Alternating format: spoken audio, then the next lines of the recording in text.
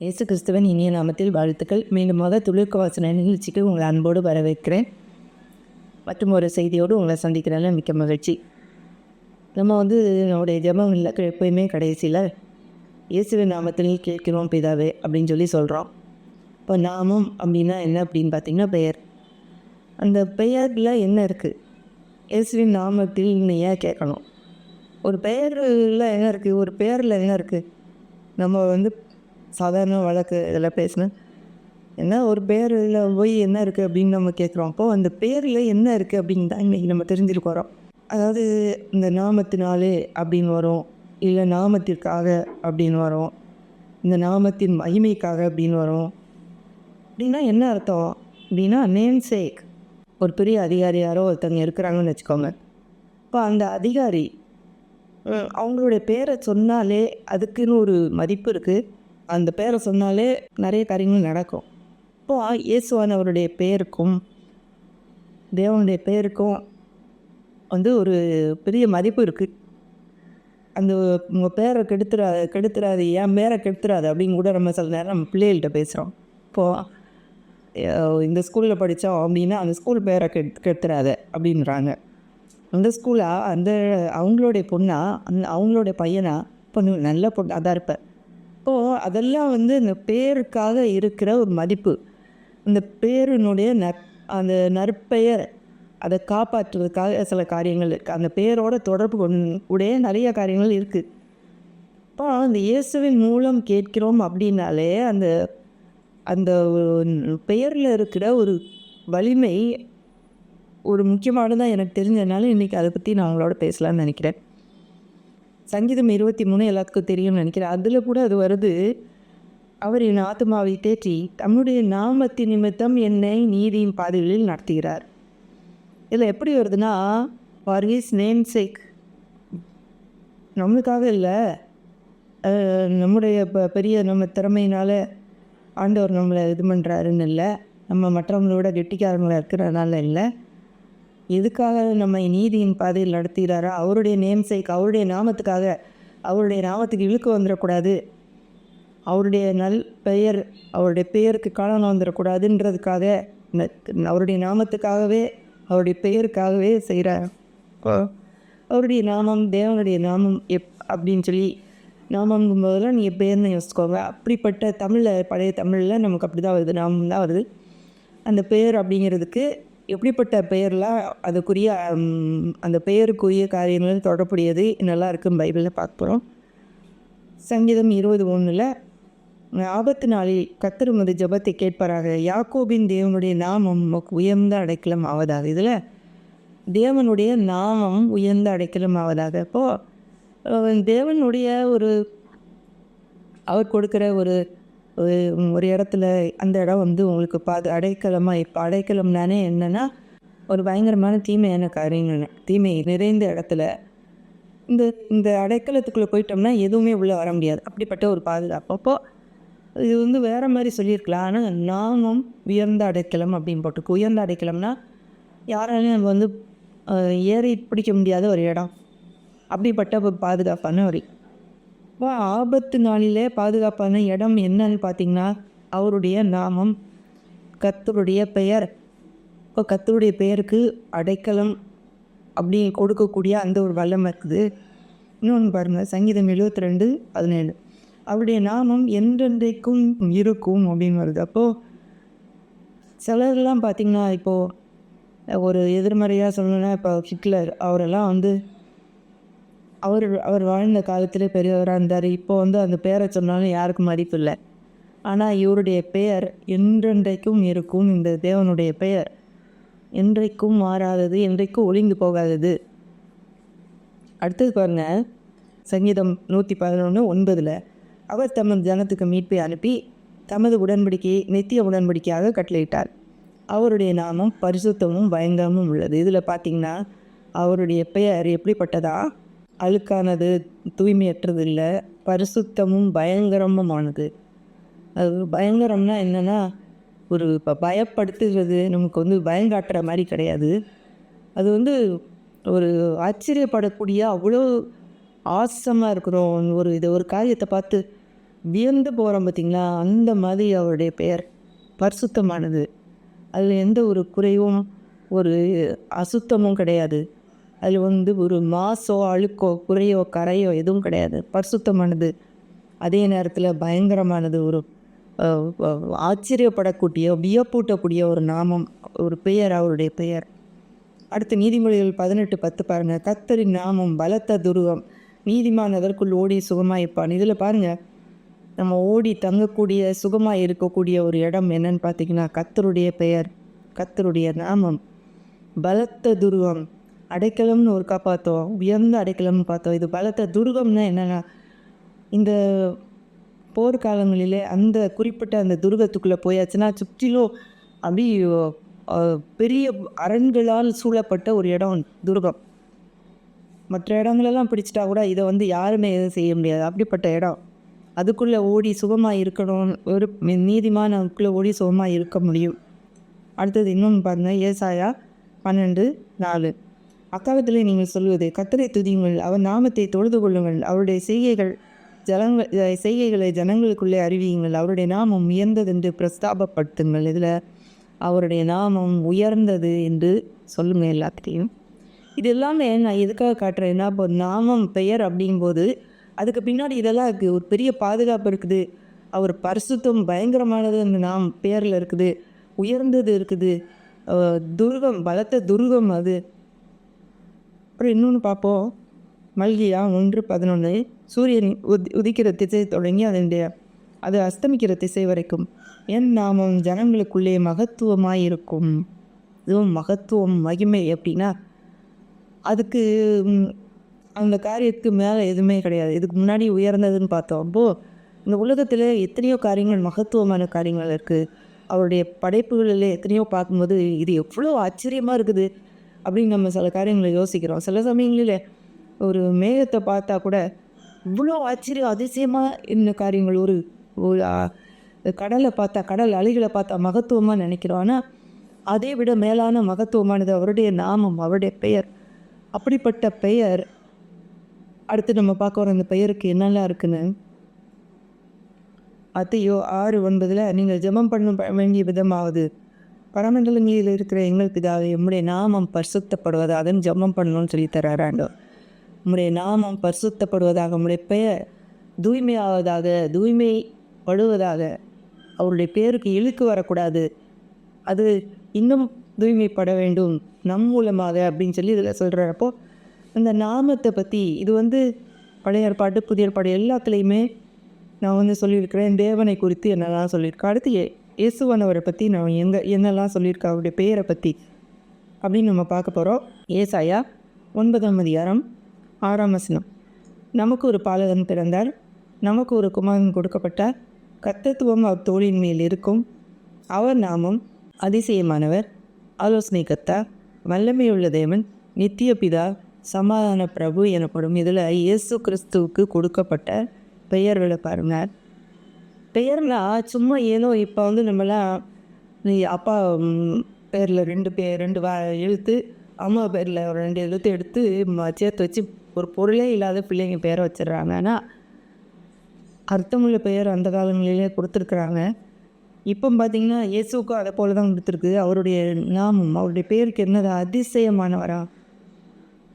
அவர் அதிசயமானவர். இந்த இயேசுக்கு கொடுக்கப்பட்ட அதே பேர் பழைய ஏற்பாட்டிலேயும் தேவனுக்கு கொடுக்கப்படுறது. என் நாமத்தை ஏன் கேட்குற, அது அதிசயம் அப்படின்னு சொல்கிறாரு. கிதியோனுக்கு தேவன் தரிசனம் அனுப்புறார். அடுத்து பாருங்கள், ஆலோசனை கர்த்தா. அதாவது ஆலோசனை சொல்வதிலே அவருக்கு இணை அவரே தான், வேறு யாரும் கிடையாது. அடுத்து வல்லமை உள்ள தேவன், ஒரு பவர்ஃபுல், ஒரு வலிமை வாய்ந்த ஒரு தேவன் அவர், கடவுள் அவர். நித்திய பிதா, அதாவது அவருடைய ராஜ்யத்துக்கு முடிவே கிடையாது. எவர்லாஸ்டிங் காட், முடிவில்லாத ஒரு தகப்பன் அவர். சமாதான பிரபு, சமாதானத்தின் ஒரு பிரபு அவர், இளவரசன் அவர். அப்போது இதெல்லாம் இயேசுக்கு கொடுக்கப்பட்டது. இதெல்லாமே அவருடைய நாமத்துக்குள்ளே, அவருடைய பேருக்குள்ளே அடக்கம். இதெல்லாம் அந்த பேரை சொல்லும் போதே இதெல்லாம் இருக்குது. நம்ம என்னெல்லாம் பேசுகிறோம், அவர் அதிசயத்தை பேசுகிறோம், அதிசயமானவர்ன்ற அந்த பேரை சொல்கிறோம். ஆலோசனையை குறித்து ஆலோசனை கொடுக்கக்கூடியவன் சொல்கிறோம், வல்லமை உள்ள தேவன் சொல்கிறோம், நித்திய பிதான்னு சொல்கிறோம், சமாதான பிரபு. அப்போ இதுக்குள்ளே எல்லாமே அதில் அடங்கி இருக்குது. இந்த பேருக்குள்ளே இயேசு அப்படின்னு சொன்னோன்னே அடுத்து அப்போஸ்தலர் 4:12 பார்த்திங்கன்னா, அவரால் அன்றி வேறொருவராலும் ரட்சிப்பில்லை, நாம் ரட்சிக்கப்படும்படி வானத்தின் கீழெங்கும் மனுஷருக்குள்ளே அவருடைய நாமமே அல்லாமல் வேறொரு நாமம் கட்டளையிடப்படவும் இல்லை என்றான். இதில் பாருங்கள், வேறு எந்த நாமமும் சொல்லப்படலை. அவரை அல்லாமல் வேறு எந்த பெயர்லையும் ரட்சிப்பு பெற முடியாது அப்படிங்கிறது இதில் பார்க்குறோம். இயேசு என்ற பெயர் அல்லாமல் வேறு எந்த பெயர்லையும் ரட்சிப்பு வாங்கவே முடியாது. ஒருவேளை மன சமாதானம்னு சொல்லி எங்கெல்லாமோ அலையலாம், மன திருப்திக்காக நிறைய காரியங்களை செய்யலாம். ஆனால் இந்த பெயர் இல்லாமல் நம்ம அடைகிறதெல்லாம் கொஞ்ச நேரத்தில் அது இல்லாமல் போகும். ஆனால் இந்த பெயரில் நம்ம வாங்குகிற ரட்சிப்பு நிரந்தரம். அடுத்து பாருங்கள், பிலிப்பியர் 2:10 இயேசுவின் நாமத்தில் வானோர் பூதத்தோர் பூமியின் கீழானோருடைய முழங்கள் யாவும் முழங்கும் படிக்கும், பிதாவாகிய தேவனுக்கு மகிமையாக இயேசு கிறிஸ்து கர்த்தர் என்று நாவுகள் யாவும் அறிக்கை பண்ணும் படிக்கும், எல்லா நாமத்துக்கும் மேலான நாமத்தை அவருக்கு தந்தருளினார். இப்போ எந்தெந்த பேர் இருக்கோ எல்லா பேருக்கும் மேலான பேரை அவருக்கு கொடுத்துருக்காரா? இப்போது இயேசுவின் மூலம் கேட்கிறோம் அப்படின்னு சொன்னால் அந்த பேருக்கு அவ்வளோ எல்லா பேருக்கும் மேலே இருக்கிற பேர் அதுன்றதை நம்ம உணர்ந்து சொல்லணும். அடுத்து பாருங்கள், எபிரேயர் 5:10 மெல்கிசேதேக்கின் முறைமையின்படி பிரதான ஆசாரியர் என்று தேவனாலே நாமம் தரிக்கப்பட்டார். இதில் சொல்லப்பட்டிருக்கு, பிரதான ஆசாரியர் என்று பெயரிடப்பட்டவர். பிரதான ஆசாரியருடைய வேலை என்ன? மனுஷருடைய பாவங்களுக்காக போய் தேவனிடம் பேசுகிறவர். இப்போது இயேசு கிறிஸ்து நமக்காக பிதாவினிடத்தில் ஒரு பிரதான ஆசாரியராக பேசுகிறார், பலியை கொண்டு போகிறார், பலி செலுத்துகிறார் நமக்காக. இப்போது அப்படிப்பட்ட ஒரு நாமம் அது என்று பெயரிடப்பட்டவர் அவர். அப்போ இயேசு என்ற பெயரில் பிரதான ஆசாரியர் அப்படிங்கிறது கூட அடங்கும். அடுத்து வெளிப்படுத்தல் 19:13 பார்த்திங்கன்னா, இரத்தத்தில் துவைக்கப்பட்ட வஸ்திரத்தை தரித்திருந்தார், அவருடைய நாமம் தேவனுடைய வார்த்தை என்பதை. இதில் இயேசுவுக்கு கொடுக்கப்பட்ட ஒரு பேர் தேவனுடைய வார்த்தை. நம்ம எல்லாருக்கும் தெரியும், அந்த வார்த்தை மாம்சமானதுன்னு தெரியும். அப்போ இதில் பேரே என்னன்னா தேவனுடைய வார்த்தைன்றதை அழகாக தெளிவாக கொடுத்துருக்கு. அடுத்த ஒரு வசனத்தை நான் வாசிக்கிறேன். வெளிப்படுத்தல் 19:16 ராஜாதி ராஜா கர்த்தாதி கர்த்தா என்னும் நாமம் அவருடைய வஸ்திரத்தின் மேலும் அவருடைய தொடையின் மேலும் எழுதப்பட்டிருந்தது. இதுவும் இயேசு கிறிஸ்துவுக்கு கொடுக்கப்பட்ட பெயர். ராஜாதி ராஜா கர்த்தாதி கர்த்தா அப்படின்னா என்ன அர்த்தம்? ராஜாக்களுக்கெல்லாம் மேலானவர், மேலான ராஜா. கர்த்தாதி கர்த்தானா அதிகாரிகளுக்கு எல்லாம் மேலான அதிகாரி. கர்த்தர்னாலே லார்ட் அப்படின்னு வருது. இப்போது அந்த லார்ட்ஷிப் கர்த்தர்னு சொல்லப்படுகிற அதிகாரங்கள் நிறைய இருக்குது. அப்போ அந்த அதிகாரங்களுக்கு மேலானவர் அப்படின்னு சொல்லி அப்படிப்பட்ட பெயர் அவருக்கு கொடுக்கப்பட்டிருக்கு. ராஜாதி ராஜா கர்த்தாதி கர்த்தா என்ற பெயர் அவருக்கு கொடுக்கப்பட்டிருக்கிறது. அப்போது இயேசுவின் நாமம்னு சொன்னாலே எவ்வளோ இருக்குது பாருங்கள். தேவனுடைய பெயரை நமக்கு யோசித்தோம். இப்போ இயேசுவின் நாமம்னு நம்ம சொல்லும்போது இதெல்லாம் சேர்த்து சொல்கிறோம். அவருடைய பெயருக்குள்ளே இருக்கிற எல்லா காரியத்தையும் நம்ம அடக்கி சொல்கிறோம். மூன்றாவதாக நம்ம பார்க்குறது, எப்படி பெயர்னால நமக்கு என்ன பலன், இப்போ இந்த பெயரை சொல்கிறதுனால நமக்கு என்ன கிடைக்கும் அப்படின்னு நம்ம பார்க்க போகிறோம். உபாகமம் 28:10 அப்பொழுது கர்த்தருடைய நாமம் உனக்கு தரிக்கப்பட்டது என்று பூமியின் நிலங்களெல்லாம் கண்டு உனக்கு பயப்படுவார். இப்போ இயேசுவை ஏற்றுக்கொண்ட ஒவ்வொருவரும் இயேசுவின் பேரை சொல்கிறது மட்டும் இல்லை, என்னுடைய வாழ்க்கையை நான் உங்கள்கிட்ட கொடுத்துட்றேன்ப்பா, நான் முழுசாக அர்ப்பணிச்சிடுறேன், நான் பழைய வாழ்க்கையை நான் நடத்த விரும்பலை, நான் மனம் திரும்புகிறேன், என்னுடைய வாழ்க்கையை மாற்றிக்கிறேன், அதுக்கு நீங்கள் உதவி செய்யுங்க, எனக்குள்ளே வாங்கன்னு சொல்லி யாரெல்லாம் இயேசுவை ஏற்றுக்கொண்டார்களோ அப்படிப்பட்டவர்களுக்கு அவருடைய பெயர் கொடுக்கப்பட்டிருக்குதான். அப்பா கர்த்தருடைய நாமம் உனக்கு தரிக்கப்பட்டது என்று பூமியின் ஜனங்களெல்லாம் கண்டு உனக்கு பயப்படுவார்கள். எப்போ மற்றவங்க பயப்படுவாங்க? அவருடைய பெயர் உனக்கு அளிக்கப்பட்டிருந்து உனக்கு கொடுத்துருக்காங்க. இப்போ ஒரு குடும்பத்தில் பிறக்கிறோன்னு வைங்க, அப்பாவோட பேர் பையனுக்கு வருது. அதே மாதிரி தேவனுடைய நாமம் நமக்கு கொடுக்கப்பட்டிருக்கு, அவருடைய பேர் நமக்கு கொடுக்கப்பட்டிருக்குது. அடுத்து ஏசாயா 45:4 வெண்கல கதவுகளை உடைத்து இருப்பு தாழ்பால்களை முறித்து அந்தகாரத்தில் இருக்கிற பொக்கிஷங்களையும் ஒளிப்படத்தில் இருக்கிற புதையல்களையும் நான் கொடுப்பேன். நான் இந்த ஆசனாய யாக்கோபின் நிமித்தம், நான் தெரிந்து கொண்ட இஸ்ரவேலின் நிமித்தம் நான் உன்னை பெயர் சொல்லி அழைத்து நீ என்னை அறியாதிருந்தும் உனக்கு நாமம் தரித்தேன். இப்போ அறியாமல் இருந்தோம். இது கோரேசை பற்றி சொல்லுது. அவர் கொடுக்குற ஒரு வாக்கு தத்தமாக இருக்குது, அவனை பற்றிய ஒரு தீர்க்க தரிசனம். ஆனால் இன்றைக்கி நமக்கும் அது பொருந்தும். நம்ம ஆண்டவரை அறியாமல் இருந்தோம், ஆண்டவர் நம்மை அழைத்து நமக்கு அவருடைய பெயரை கொடுத்துருக்காரு. நம்ம அதை அழைப்பை ஏற்றுக்கொண்டு ஒரு நாளில் நாங்கள் உம்முடைய பிள்ளையாக மாற்றிக்கிறோப்பா, நாங்கள் இந்த உலகத்தோடு சேர்ந்தவங்க இல்லை, உம்முடைய பிள்ளையாக நான் மாறிக்கிறேன்னு என்றைக்கு நம்ம வந்தோமோ அன்றைக்கி நமக்கு அவருடைய பெயர் கொடுக்கப்பட்டிருக்கிறது. யோவான் 1:12 நமக்கு எல்லாருக்கும் தெரிஞ்ச வசனம். அவருடைய நாமத்தின் மேல் விசுவாசம் உள்ளவர்களை அவை ஏற்றுக்கொண்டவர்கள் எத்தனை பேர்களோ அத்தனை பேர்களும் தேவனுடைய பிள்ளைகளாகும்படி அவர்களுக்கு அதிகாரம் கொடுத்தார். இதில் அவருடைய நாமத்தின் மேல் விசுவாசம் உள்ளவர்களை ஏற்றுக்கொண்டவர்கள் எத்தனை பேர்களோ இப்போ சொன்னேன். நான் எப்படின்னு சொன்னேன், அத்தனை பேர்களும் தேவனுடைய பிள்ளைகளாகும்படி அதிகாரம் கொடுத்தார். இதில் என்னன்னா அவருடைய பேரின் மேல் விசுவாசம், அந்த இயேசு என்ற பெயரின் மேல் நம்பிக்கை. அதன் மேலே யாரெல்லாம் நம்பிக்கை வைக்கிறாங்களோ நம்பிக்கை வச்சு நான் ஏற்றுக்கிறேன், என்னுடைய பேராக நான் அதை ஏற்றுக்கிறேன், என்னுடைய வாழ்க்கையில் நான் அவரை ஏற்றுக்கொள்கிறேன்னு சொல்லும்போது தேவனுடைய பிள்ளையாக மாறுறோம் அந்த நாமத்தினாலே, அந்த பெயரினாலே. அடுத்து பாருங்கள், லூக்கா 24:47 அன்றியும் மனம் திரும்புதலும் பாவமன்னிப்பும் எருசலேம் தொடங்கி சகல தேசத்தாருக்கும் அவருடைய நாமத்தினாலே பிரசங்கிக்க வேண்டியது. இப்போ மனம் திரும்புதலும் பாவமன்னிப்பும். நம்ம போய் கொண்டிருக்க வழி சரியில்லை, அதை விட்டு மனம் திரும்ப வேண்டும் என்பதும் பாவத்துக்கு மன்னிப்பு இருக்குது என்பதும் எதனால் அப்படி சும்மா பிரசங்கிக்க முடியாது, இயேசுவின் பெயராலே பிரசங்கிக்கப்பட வேண்டும் என்று இந்த வசனம் சொல்லுது. இப்போ பாவ மன்னிப்பு இயேசுவின் பெயராலே தான் கிடைக்குது, இயேசுவின் நாமத்திலானதே கிடைக்குது. நம்முடைய பெயரால் போய் நின்னோம்னா வேறு யார் பெயருன்னு சொன்னாலும் அங்கே வேலிட் கிடையாது. அப்போஸ்தலர் 10:43 அவரை விசுவாசிக்கிறவன் எவனோ அவன் அவருடைய நாமத்தினாலே பாவ மன்னிப்பை பெறுவான் என்று தீர்க்கதரிசிகள் எல்லாரும் அவரை குறித்தே சாட்சி கொடுக்கிறார்கள் என்றான். இந்த வசனமும் அதான் சொல்லுது, அவருடைய நாமத்தினாலே பாவ மன்னிப்பை பெறுவான். விசுவாசிக்கிறவன் எவனோ அவன் அவருடைய நாமத்தினாலே, வேறு யாரோட நாமத்தினாலே, என்னுடைய பெயர்னால இல்லை, நம்முடைய பெயரை சொல்லி அதனால இல்லை, அவங்களுடைய பாஸ்டர் பெயரை சொல்லி இல்லை, ஒரு பெரிய ஊழியக்கார பெயர்னால இல்லை, இயேசுவின் நாமத்தினாலே அவருடைய பெயரினாலே தான் பாவ மன்னிப்பை பெற முடியும். அப்போஸ்தலர் 2:21 அப்பொழுது கர்த்தருடைய நாமத்தை தொழுது கொள்கிறவன் வந்துடுச்சுக்கிட்டோம். அந்த வசனத்தில் அழகாக சொல்லியிருக்குது, அவருடைய பெயரை பணிந்து கொள்கிறவர்கள் ரட்சிக்கப்படுவார்கள். அதே அதுக்கு அடிபணிகிறவர்கள், அதுக்கு கீழ்ப்படுத்துகிறவர்கள் தங்களை நான் தான் பெருசு இல்லை, எனக்கு அந்த பெயர் தான் பெருசு, அவர் தான் பெருசுன்னு அதை நம்ம நினைக்கும்போது ரட்சிக்கப்படுவான்றது இந்த வசனத்தை சொல்லிட்டு. அப்போஸ்தலர் 2:38 பேதுரு அவர்களை நோக்கி நீங்கள் மனம் திரும்பி ஒவ்வொருவரும் பாவ மன்னிப்பு கண்டு இயேசு கிறிஸ்துவின் நாமத்தினாலே ஞானஸ்நானம் பெற்றுக்கொள்ளுங்கள். நீங்கள் மனம் திரும்பி ஞானஸ்நானம் பெற்றுக்கொள்ளுங்கள்ன்றது கூட இயேசுவின் பெயரால் ஞானஸ்நானம் பெற்றுக்கொள்ளுங்கள் என்று இங்கே சொல்லப்பட்டிருக்குது. அப்போது பாவ மன்னிப்பும் இயேசுவின் பெயராலே தான் நமக்கு கிடைக்கிது. இயேசுவின் பெயரில் என்னெல்லாம் இருக்குது அப்படின்னு தொடர்ந்து பார்த்துட்டு வரோம், நமக்கு என்ன கிடைக்க முடியுன்னு. அடுத்து பாருங்கள், யோவான் 20:31 இயேசு தேவனுடைய குமாரனை கிறிஸ்து என்று நீங்கள் விசுவாசிக்கும்படியாகவும் விசுவாசித்து அவருடைய நாமத்தினாலே நித்திய ஜீவனை அடையும்படியாகவும் இதில் எழுதப்பட்டிருக்கு. இதுலேயும் பாருங்கள், அவருடைய பெயராலே தான் நான் நித்திய ஜீவனை அடைய முடியும், இல்லை எனக்கு இயேசுவே வேண்டாங்க, அவரை விட்டுருங்க, எனக்கு நித்தியமான வாழ்வு மட்டும் வேணும், நித்திய ஜீவன் மட்டும் வேணும்னு கேட்டிங்கன்னா நடக்காது. அவருடைய பெயரினாலே தான் நித்திய ஜீவன் உண்டாகும், அடைய முடியும். இந்த நித்தியமாய் வாழும் வாழ்க்கை நமக்கு கிடைக்கும்னு போட்டிருக்கு. அடுத்து இன்னொரு முக்கியமான காரியம் பாருங்கள், யோவான் 15:16 யோவானில் இன்னும் நிறைய காரியங்கள் நிறைய வசனங்களை காட்ட விரும்புகிறேன்.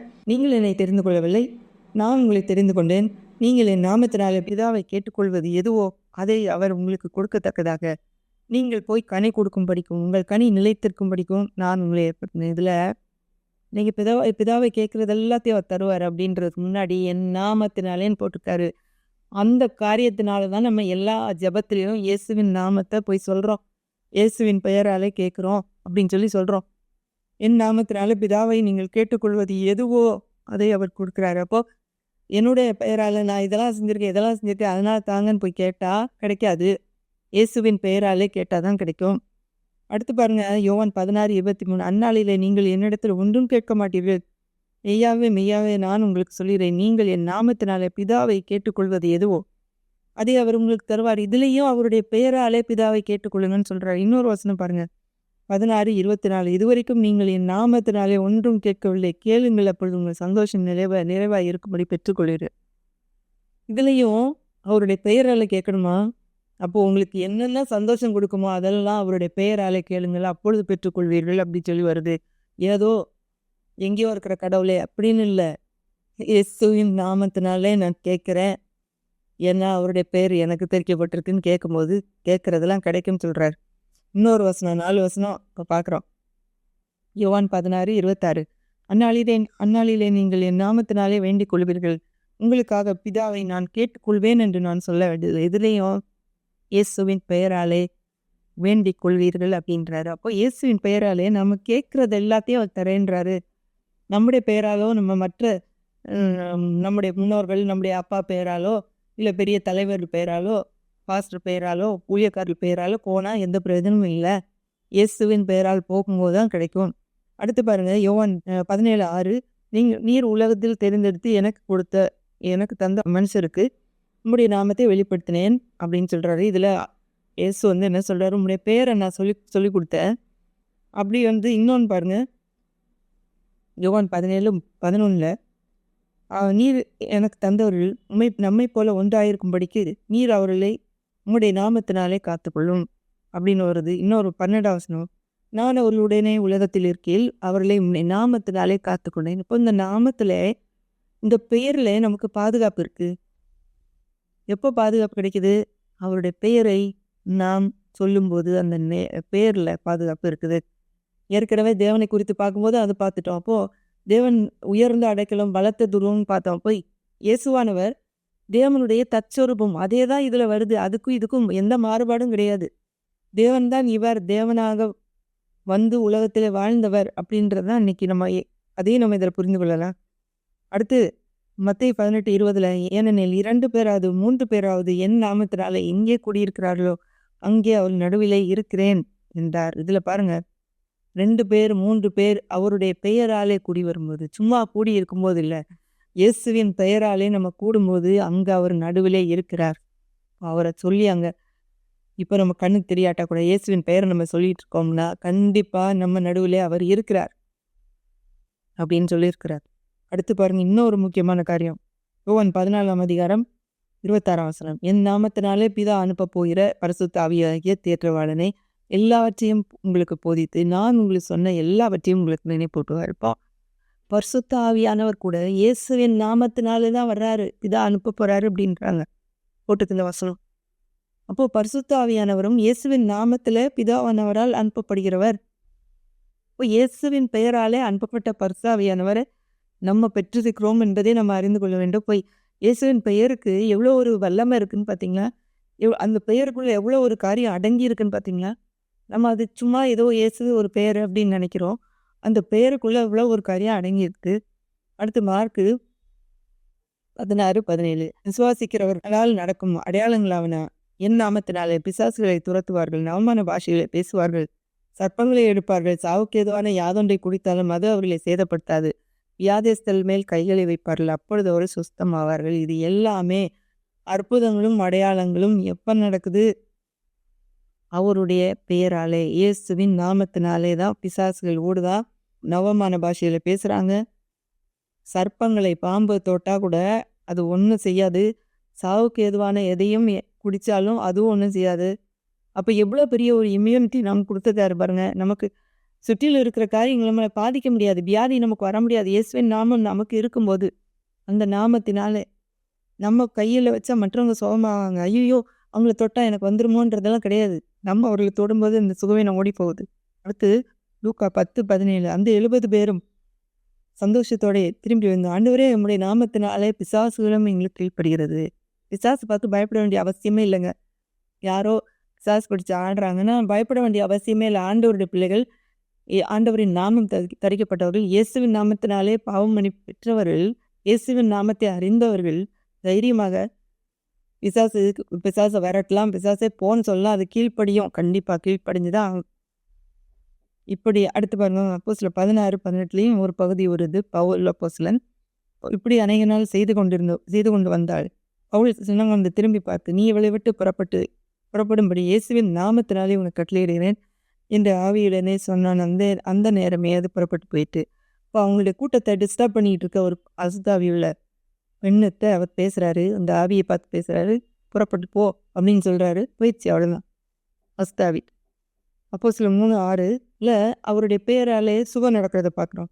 அப்பொழுது பேதுரு, வெள்ளியும் பொன்னும் என்னிடத்தில் இல்லை, என்னிடத்தில் உள்ளதை உனக்கு தருகிறேன். நசரேயனாகிய இயேசு கிறிஸ்துவின் நாமத்தினாலே எழுந்து நட என்று சொல்லி அவனை தூக்கி விடுறான். வெள்ளியும் பாருங்க, இது வந்து இயேசுவானவர் உயிரோடு இருந்து கொஞ்ச நாளைக்குள்ள நடந்த காரியம். அவர் இல்லை இப்போ. ஆனா அவருடைய பேரை வச்சு தூக்கி விடுறாங்க. எழுந்துச்சு நடக்கிறான் அவன். இதுதான் இதுதான் அந்த பேரில் உள்ள வல்லமை. அப்ப நம்ம இயேசுவின் நாமம்னு சொல்றதுல எவ்வளோ பெரிய வல்லமை இருக்கு பாருங்க.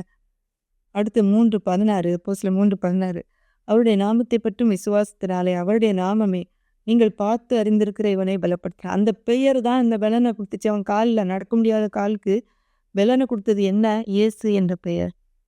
அதில் அவ்வளோ ஒரு வல்லமை இருக்குது. அப்போஸ்தலர் 4:30 பாருங்க.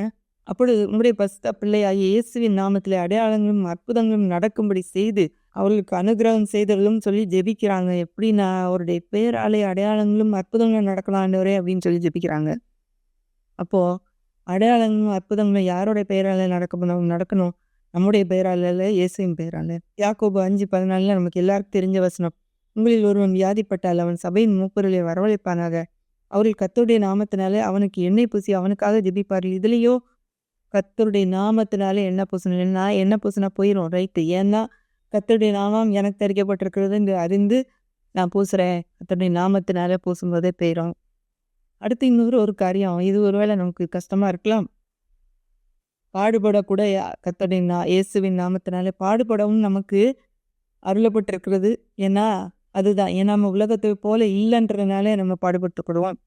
அப்போஸ்தலர் 5:41 அவங்க சீஷர்கள் என்ன சொல்கிறாங்க? அவருடைய நாமத்துக்காக தாங்கள் அவமானம் அடைவதற்கு பாத்திரராக எண்ணப்பட்டபடியால் சந்தோஷமாக ஆலோசனை சங்கத்தை விட்டு புறப்பட்டு போனார்கள். அப்போ இயேசுவின் பெயருக்காக அவமானப்பட்டாங்க, மற்றவங்க முன்னாடி அடிக்கப்பட்டாங்க.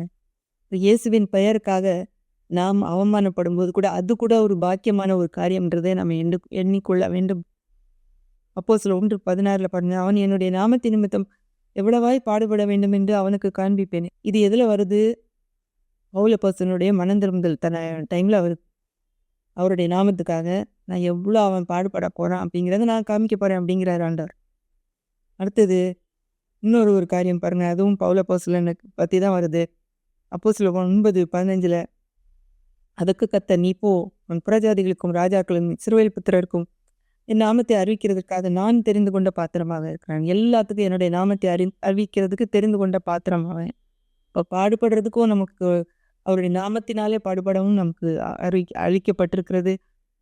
மற்றவங்களுக்கு சுவிசேஷம் அறிவிக்கும் போது அவருடைய நாமத்தினாலே அறிவிக்க வேண்டும் என்பதை நம்ம இதில் பார்த்துக்கிட்டோம். ஒரு வசனம் கொலோசியர் 3:17 வார்த்தையினாலாவது கிரியினாலாவது நீங்கள் எதை செய்தாலும் அதையெல்லாம் கர்த்தராகிய இயேசுவின் நாமத்தினாலே செய்து அவர் முன்னிலையாக பிதாவாகிய தேவனை ஸ்தோத்திரிங்கள். இதில் இயேசுவின் நாமத்தினாலே எதை செய்யுங்க, வார்த்தையினாலும் கிரியினாலும் எதை செஞ்சாலும் இப்போ நம்முடைய ஒவ்வொரு சொல்லும் செயலும் இயேசுவின் நாமத்தினாலே செய்ய வேண்டும் என்று பார்க்குறோம். இப்போ இது மட்டும் இல்லாமல் வெளிப்படுத்தின விசேஷத்தில் கடைசி பகுதி, அது நம்முடைய இறுதி, இந்த உலகத்தின் இறுதி, இதெல்லாம் சொல்கிறாங்க. அப்பா கூட வருது.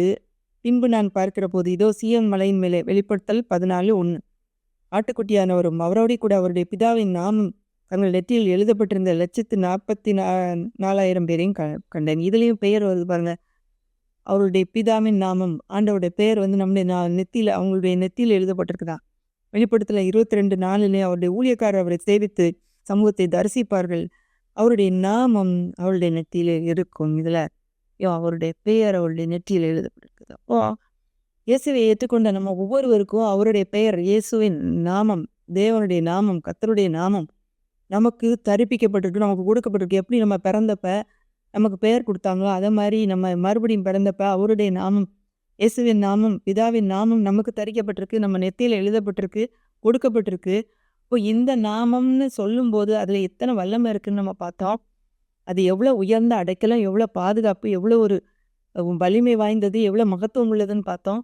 இயேசு கிறிஸ்து எவ்வளோ அவருடைய பெயரை சொல்லும்போது அவர்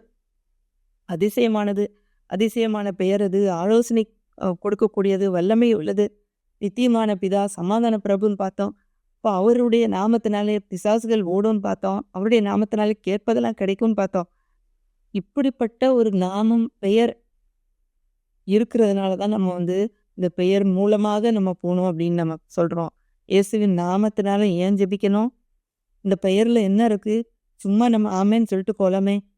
சும்மா ஏதோ ஒரு இல்லை அது ஜெபம்னாலே இயேசுவின் நாமத்தில் பிதாவே அப்படின்னு சொல்லிட்டு போகாமல், இந்த பெயரில் உண்மையாய் அந்த பெயரை சொல்கிறதன் மூலமாக நான் போல என்னுடைய நல்ல காரியங்களை நான் சொல்லலை, இந்த நல்ல காரியங்களாலே நான் வர்றேன்னு சொல்லலை, என்னுடைய திறமையினாலே நான் வரேன்னு சொல்லலை, என்னுடைய அறிவினாலே வரேன்னு சொல்லலை.